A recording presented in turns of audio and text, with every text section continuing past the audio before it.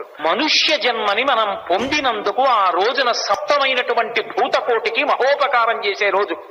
ఒక శ్లోకం చెప్తాడు, కీటాపతంగాహమశకాశ్చ వృక్షాః జలే స్థలే ఏ నివసంతి జీవాః దృష్ట్వా ప్రదీపం నచ జన్మభాగినః భవంతి త్వం శ్వపచాహి విప్రాః అని చెప్పాలి. ఒకసారి అంతటా చూసి నమస్కారం చెయ్యాలి.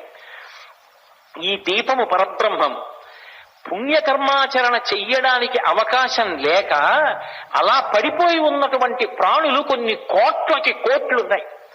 అవి ఎక్కడున్నాయి అంటే కీటాపతంగాహమశకాశ్చ వృక్షాః, చిన్న చిన్న పురుగులు, రెక్కలు కలిగినటువంటి పురుగులు, దోమలు, ఈగలు, ఎన్నో ఇన్ని జన్మ పరంపరలో తిరుగుతున్నటువంటి ఈ ప్రాణులకు స్వరపేటిక లేదు. అవి భగవన్నామని చెప్పలేవు.